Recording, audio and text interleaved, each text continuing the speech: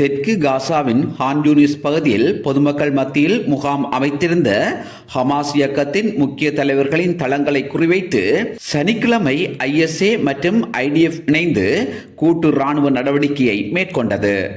இஸ்ரேலின் விமானப்படை நடத்திய அந்த தாக்குதலில் ஹமாஸ் இயக்கத்தின் முக்கிய தலைவர்கள் 2 சம்பவ இடத்தில் கொல்லப்பட்டதாக இஸ்ரேல் ராணுவ வானொலி அறிவித்திருந்தது. ஹமாஸ் இயக்கத்தின் ராணுவ பிரிவான இசாடின் அல்-கசாம் பிரிகேடின் தலைவரான முகமது டெய்ஃப் என்பவர் கொல்லப்பட்டதாக இஸ்ரேல் விமானப்படையின் மூத்த அதிகாரி ஒருவர் தெரிவித்தார். மக்களோடு மக்களாக நூற்றுக்கணக்கான ஹமாஸ் இயக்கத்தினர் கொட்டகைகள் அமைத்திருந்த இன்னுமொரு பகுதியை நோக்கி இஸ்ரேல் விமானப்படை நடத்திய தாக்குதலில் ஹமாஸ் இயக்கத்தின் ஹான்யூஸ் படையணியின் தளபதி ரபா சலாமா கொல்லப்பட்டதாக இஸ்ரேலிய ஊடகங்கள் தகவல் வெளியிட்டிருந்தன. தாக்குதல் நடத்தப்பட்ட இடம் மரங்கள், கட்டடங்கள் மற்றும் கொட்டகைகளால் சூழப்பட்ட ஒரு பகுதியாகும். அந்த தாக்குதல் தொடர்பில் சவுதி அரேபிய செய்தி நிறுவனமான அல் ஹதத் தலாமா இஸ்ரேலின் தாக்குதலில் பலியானதை உறுதிப்படுத்தி செய்தி வெளியிட்டிருந்தது. டெய்வ் இஸ்ரேலின் வான்வெளி தாக்குதலில் கொல்லப்பட்டாரா என்பது உறுதிப்படுத்தப்படவில்லை என்றும் அவரது தற்போதைய நிலையை சரியாக குறிப்பிட முடியாத நிலை ஏற்பட்டுள்ளதாக அந்த ஊடகம் தெரிவித்தது.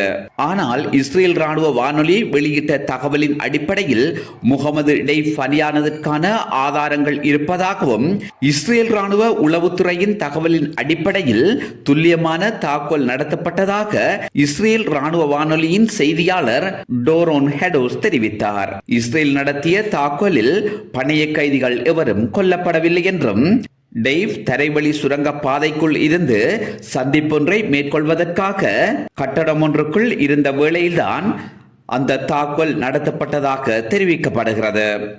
மேலும் இஸ்ரேல் நடத்திய அந்த தாக்குதலில் நூற்றுக்கணக்கானவர்கள் கொல்லப்பட்டுள்ளனர்.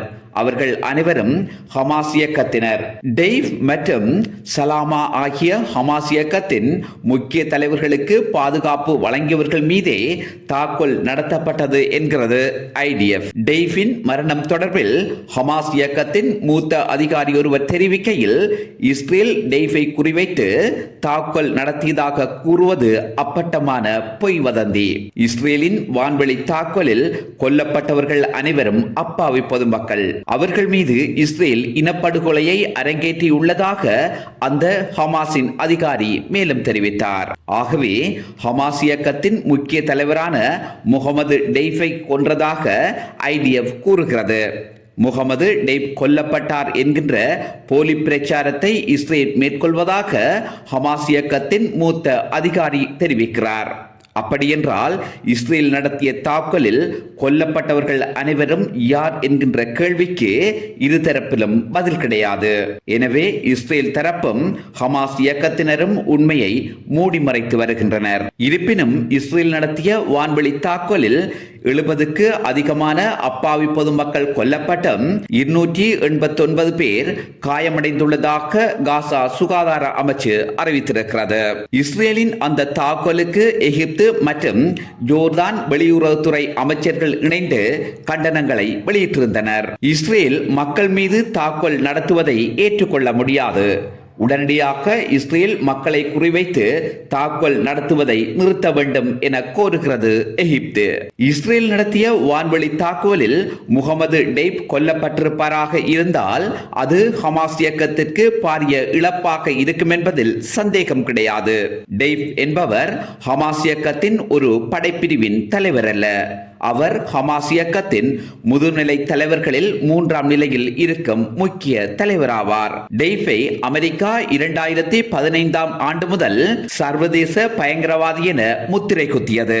ஹமாஸ் இயக்கம் கடந்த ஆண்டு அக்டோபர் 7ஆம் தேதி இஸ்ரேல் மீது தாக்குதலை மேற்கொண்ட வேளை 1200 இஸ்ரேலியர்களை கொல்லவும் 250க்கு மேற்பட்டவர்களை சிறைப்பிடிப்பதற்கு பிரதானியாக செயற்பட்டவர் டெய்ஃப் ஆவார். அதே நேரம் ஹான் யூனிஸ் பகுதியில் இஸ்ரேல் நடத்திய வான்வெளி தாக்குதலில் 100க்கும் அதிகமான பலஸ்தீனியர்கள் கொல்லப்பட்டும் 300க்கும் அதிகமானவர்கள் காயமடைந்துள்ளதாக பாலஸ்தீனிய அரச ஊடகம் தெரிவித்திருக்கிறது.